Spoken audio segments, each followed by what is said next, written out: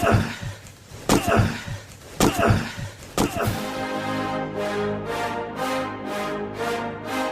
rolls out to the right, pitches off to Taylor, and Taylor's to the 20, down to the 15, down to the 10, 5, 4, 3, 2, 1. Touchdown, Billy Taylor! Touchdown, Billy Taylor! Billy Taylor scored a touchdown from 21 yards out. The crowd goes berserk. It was November 22nd, 1969.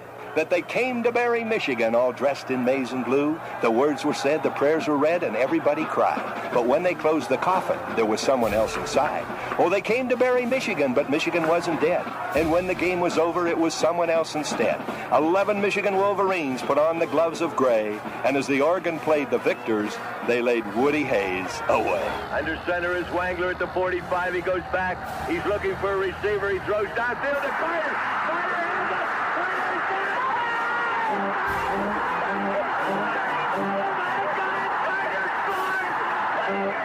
Who's got it better than us? Nobody!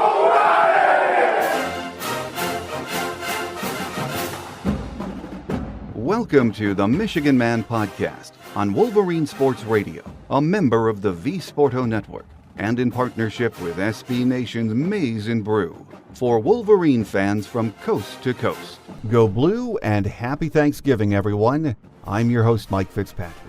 On our visitor segment today, our guest will be senior Buckeye beat writer Tim May from the Columbus Dispatch. As always, though, let's get started with my view from Section 17. If you're like me, you'd like to get through Thanksgiving Day, give thanks, of course, then hope that Black Friday flies by, and we can get to what we've all been waiting for, the game. Without giving my age away, let me just say I've been watching this rivalry since the 1960s. The 10-year war with Bo and Woody will always hold a special place in my heart because it happened in my youth. After Bo left, Mo and Lloyd both did their part in being competitive with and beating Ohio State. The last 14 years have not been good to us in this series. You know the record. We've heard it all week, we hear it all the time. In the last decade, I've said to myself so often after an Ohio State loss, it's okay, we'll turn it around next year. It hasn't happened. We've been in close games, we've been blown out, and we've had to listen to Ohio State fans, media, and others ridicule Michigan football and talk about how it used to be and how Michigan versus Ohio State was something back in the day. I think you get my drift. I'm tired of losing to these guys and would enjoy nothing more than sticking it to them in their house. From talking to fans this week, it seems like we're in two very distinct camps. Some of our fans are very confident and sure we're going to blow Ohio State out or at least beat them. Others, although they feel good about our chances, are nervous because the game is down there and you never know what can happen on the road. I think I'm sort of in another camp, an alternate universe, a different state of mind when it comes to Saturday. I don't care where the game is played. I don't give a hoot what's happened over the last 14 years. The only way to end this so-called drought, if that's what you want to call it, is to go out there on Saturday and take it to these guys. Empty the tank. Do anything we have to. Just beat Ohio State. I just wish it was Saturday already. By the way, I don't doubt this team. It's not perfect, but it is resolute. And I think when the sun sets in Columbus on Saturday evening, it will have a maize and blue tint. Tim May is not so sure about that. He thinks Dwayne Haskins is the best passer he's seen in his 35 years as the beat writer for the Columbus Dispatch. He says the Buckeye defense is what it is, and if they are going to win Saturday, the game will have to be a shootout. That means Dwayne Haskins will have to tear it up and make big plays against the Michigan secondary, the best pass defense in America. We shall see. He joins us next here on the Michigan Man on Wolverine Sports Radio, a member of the V-Sporto Network, and in partnership with SB Nation's Maize and Brew.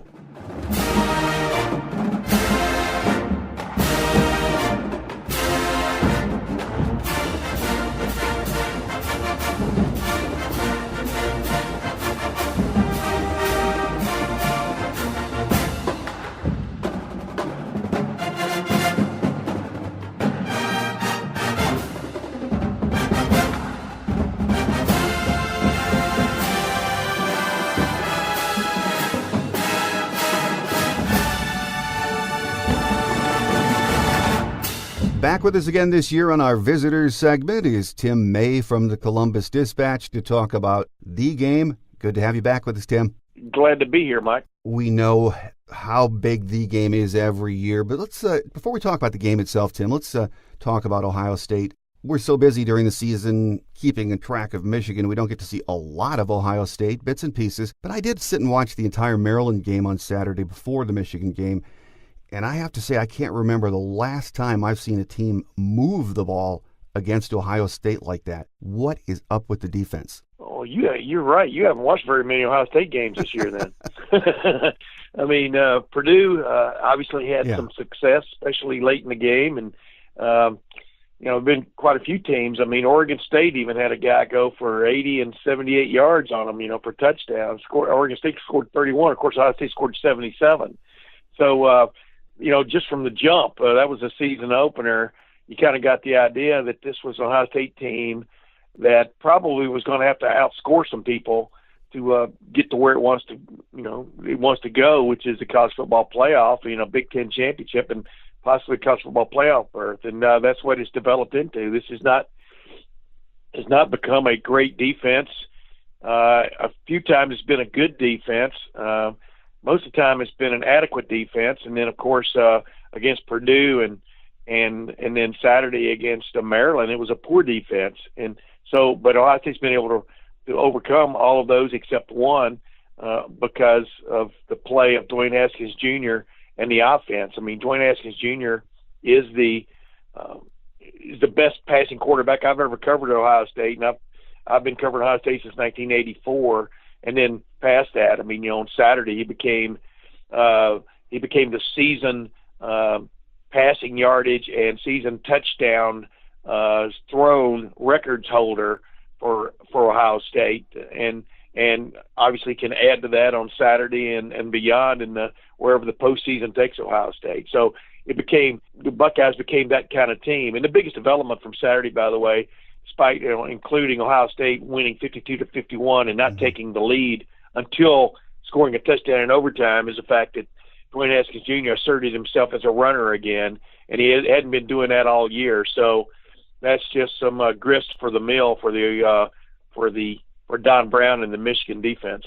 Well, I know he picked up 3 touchdowns on the ground on Saturday, but you're right. He is. I can't remember when I've seen a better throwing quarterback at Ohio State. But the thing is, he has had to air it out this year. How many weeks ago was it he threw 72 times, which blew my mind? Well, that was the thing. He set the school record for a single game of, I think it was 42 completions on 63 attempts, or 73 attempts, whatever it was, and also for a school record yardage, and I can't remember the number. That came in the losing effort at Purdue, 49-20. Purdue kind of got things going downhill and then kept it going in the fourth quarter in that game. It was actually but yeah, the bottom line is he's capable of doing that if they call on it. And there's no pride lost in how you win the game as long as you win the game. And you remember, if you remember correctly, when he entered the game at Michigan last year, the Buckeyes were trailing. They weren't ahead. When J.T. Barrett got hurt, and he promptly hit a big pass to Austin Mack. I'm talking about Dwayne Haskins Jr. did, and then made a big run on the drive that reasserted Ohio State in that game, and Ohio State then won its 6th straight over the Michigan Wolverines. Well, Tim, Saturday it's going to be a top 10 matchup. As we all know, I see the point spread this morning is 4 points. Big Ten East is on the line. Playoff implications, taking everything into consideration, and it's the game. Really doesn't get much better than that, does it? No, as I wrote in my OSU Insider this morning, you can read it, or wrote in my OSU Insider this week, you can read it at dispatch.com. It's kind of a flashback to yesteryear with everything on the line, everything that is in the Big Ten East. That's what's different from Bo and Woody in those days. I mean, but yeah, this is a clash of the Titans of the Big Ten, and when I meant flashback to yesteryear, I think most people do agree that Ohio State and Michigan are the class of the Big Ten again, and that's kind of what you anticipated when Jim Harbaugh was named the head coach 4 years ago for Michigan. But it's funny, I was on a TV show with Shimmy Schimbeckler this week, previewing the game, and he was talking about how there's more pressure on Urban Meyer than there is on Jim Harbaugh, and I looked at him with my mouth open, agape, aghast at, how could a guy who's lost his first 3 games in the series, in the game, not have, and with what's riding on it for Michigan, maybe more so than Ohio State. Ohio State, not only needs to beat Michigan, but win the Big Ten championship and keep its fingers crossed to get a shot in the college football playoff berth. Whereas Michigan, you got to figure if Michigan wins out, it's in the college football playoff. I mean, there's a lot on the line Saturday for Michigan. Well, I agree with that, no question about it. As far as the matchups go on Saturday, when Ohio State has the ball, they attack the middle of the field routinely with those pick and rub plays extremely well. Indiana had quite a bit of success doing that on Saturday against Michigan. You've got to think Ohio State took notice of that, and they're going to come right after the middle of Michigan, wouldn't you think? Yeah, I'm always curious about what you anticipate a game plan, and it doesn't work out that way. I just remember in 2015 when Ohio State got beat by Michigan State, and Ezekiel Elliott only had 12 carries in the game, and you're just going, what? And of course Ohio State got beat, but then they came back and beat Michigan, and the funny thing about that Michigan game was in the second half, Ohio State did to Michigan what you thought Jim Harbaugh used to do at Stanford, and wanted to establish at Michigan, which they lined up and ran it down Michigan's throat. And that's when you really punish a team and dig at its psyche, is when you can line up and do that. I mean, who knows which way Ohio State's going to go? As I was pointing out earlier this week, Michigan finally has, and there's no slam on the other guys. I thought Wilton Speight was a good guy, but Michigan finally has a playmaker at quarterback under Jim Harbaugh. I mean, Shea Patterson, he's the best quarterback he's had, in my opinion, of just being a gamer and getting things done. Last year, of course, was not the case when Ohio State played Michigan, and so that gives you that added dimension that I didn't think they had the last several years against Ohio State. Whereas Ohio State's got the best passer it's ever had, in my opinion, and so that's why it could be like 2006 again, just a good old-fashioned shootout. You're right, it might be, but that is one of the fascinating aspects to this game. And as you said, game plans are game plans, and we'll see what happens when they kick off. But what a matchup, that passing game, Haskins against that Michigan defense. That just is going to be fascinating, isn't it? Yeah, oh yeah. And, and then, but Michigan, I think we may not know until game time whether Chase Winovich, I think can play. Most people think he probably won't, even though their X-rays were negative. I mean, he can still have soft tissue damage that could keep him from playing. I mean, that's a shame. But then Rashawn Gary, I've been intrigued with him for like 5 years since Ohio State was recruiting him, and obviously, I think he had a shoulder injury earlier in the year that kept him out several games, and he doesn't seem quite to be quite the same player that he was before the injury. But him going against maybe Isaiah Prince, Ohio State's sometimes troubled right tackle. I mean, those are just little matchups within the matchup. Anybody is prone to just look at the quarterbacks, Patterson versus Haskins, and not look at the little matchups within the matchups that really make the difference. And so those are some things to keep your eye on. No, absolutely. And as you mentioned, no knock against Wilton Speight, who was a good quarterback. Shea Patterson, he was brought to Michigan to make a difference in big games. And in November, there's no question about it. But he gives Ohio State something to think about that they haven't had to, as far as diversity, in quite a few years against Michigan. Yeah, that's the point I make it. I mean, he can turn a bad play into a good play, with his feet. And he also can turn a bad play into a good play by scrambling and throwing the ball downfield, and that brings into play Donovan Peoples-Jones. I mean, there's all kinds of guys to keep, that can make a difference. But having that gunslinger at quarterback, the guy that, like I said, can take a bad play and turn it into a good play, that's often the difference maker in big-time matchups when you go off script. And because, these teams are going to have each other scouted, what they like to do. They're going to have that down pat. It's getting those plays that go against the scheme or go against the script that usually make the difference, the quote-unquote big plays. No, absolutely. One of the things I'm also interested in is we know what Haskins can do, and we've seen how many times he's thrown the ball this year. But I would think this Saturday, Ohio State has got to help him by finding a way to get Dobbins and Weber some carries and get some kind of an efficient running game going too, to take the pressure off him. They think the last couple of weeks they found a little bit of confidence in their running game. Obviously, J.K. Dobbins ran for a career high 203 yards in the win at Maryland, and they had a really good balance in that game, and it got overshadowed by the fact the final score was 52-51, and the fact that Ohio State, definitely had to launch it in the second half of the fourth quarter, especially with those. I mean, they had 3 or 4 just dramatic drives just to stay in the game. They trailed by 14 points 3 times in that game, and found a way to win. And but yeah, I mean, they feel like because the previous week against Michigan State, Mike Weber broke 100 yards in that game. Mike Weber, a Michigan native, Detroit native, and he couldn't play last week because of quadriceps bruise. I mean, he was ready. If he had to play, he probably could have, but they opted to keep him out.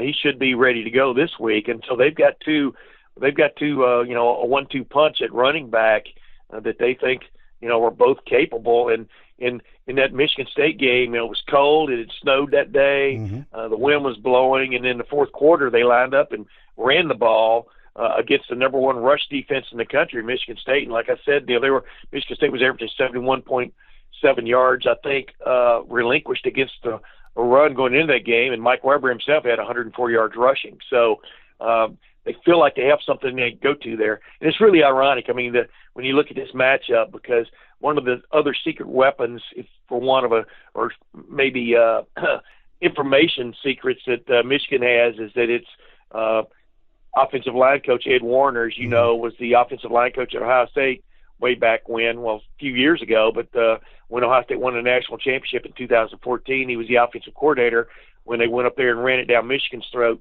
in 2015. And then things kind of went sour there, I guess, with him and Urban Meyer. But, definitely he wants to get a win in this game. One of the big differences is the play of the Michigan offensive line this year as the year has developed from that Notre Dame game to now.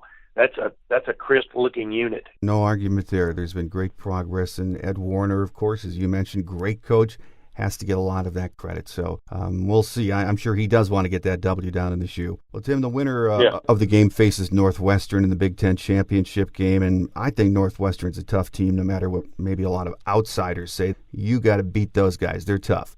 Them dropping all three of their pre-conference games or non-conference games just put a taint on them that people can't get past. But obviously, they played Michigan as tough as anybody, right? Oh yeah.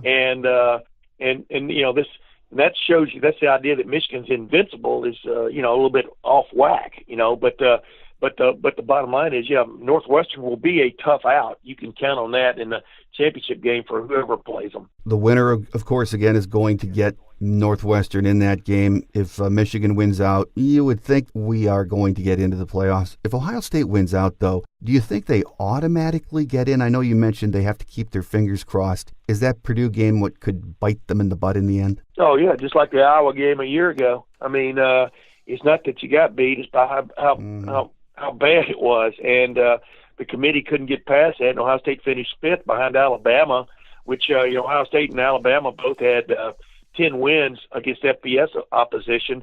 Alabama, as you know, had played always tough. I think they played always tough Mercer or whoever it was before they got beat by Auburn at the end of the regular season. Alabama didn't even play for the SEC championship. But, and according to the committee, they passed the eye test and they got in, and then they justified it by winning it. But that was a dramatic win against Georgia in the championship game. And, so you never know what the committee's going to be thinking. But if Ohio State is 10th again this week in the college football playoff rankings, or even 9th, that's a long way to go in 2 weeks. From 9th, that's a lot of dominoes that have to fall in front of you. Of course, if Ohio State beats Michigan, that'll be one of those dominoes.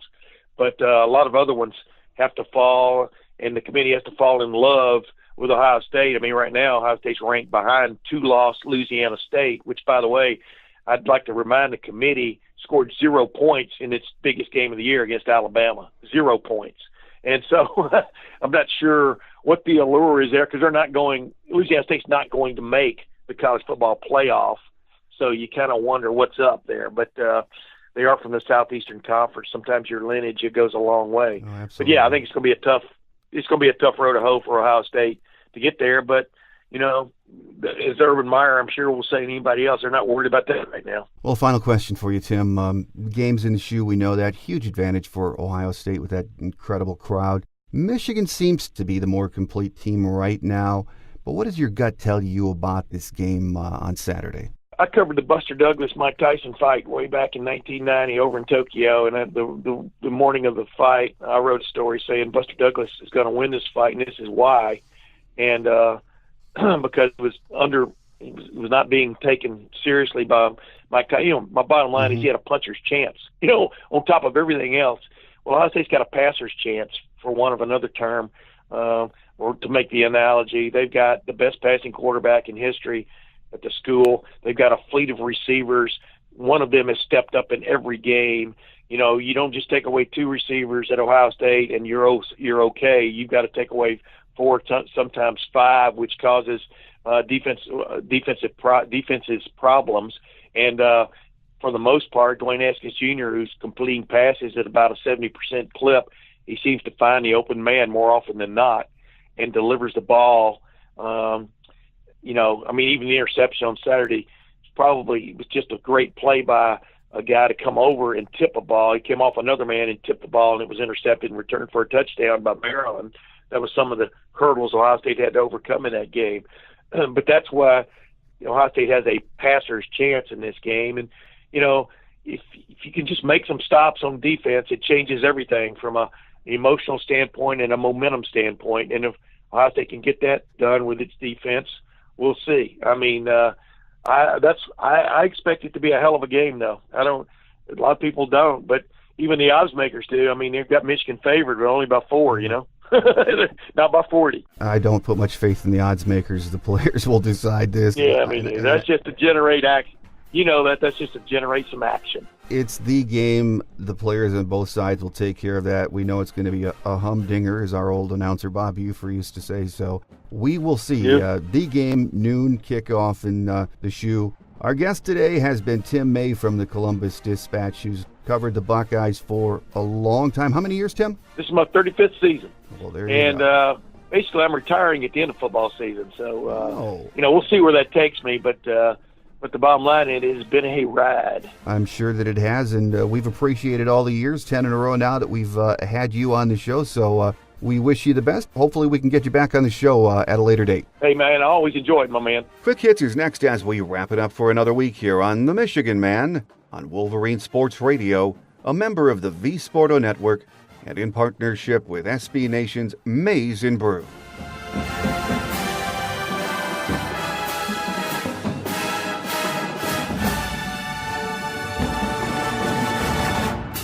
On Quick Hits today, Chase Winovich has been monitored all week, and until the game kicks off on Saturday, we won't know if he's going to play. Other than that, we are as good as it gets for the final week of the season. If you can strap on your helmet for this one, you play.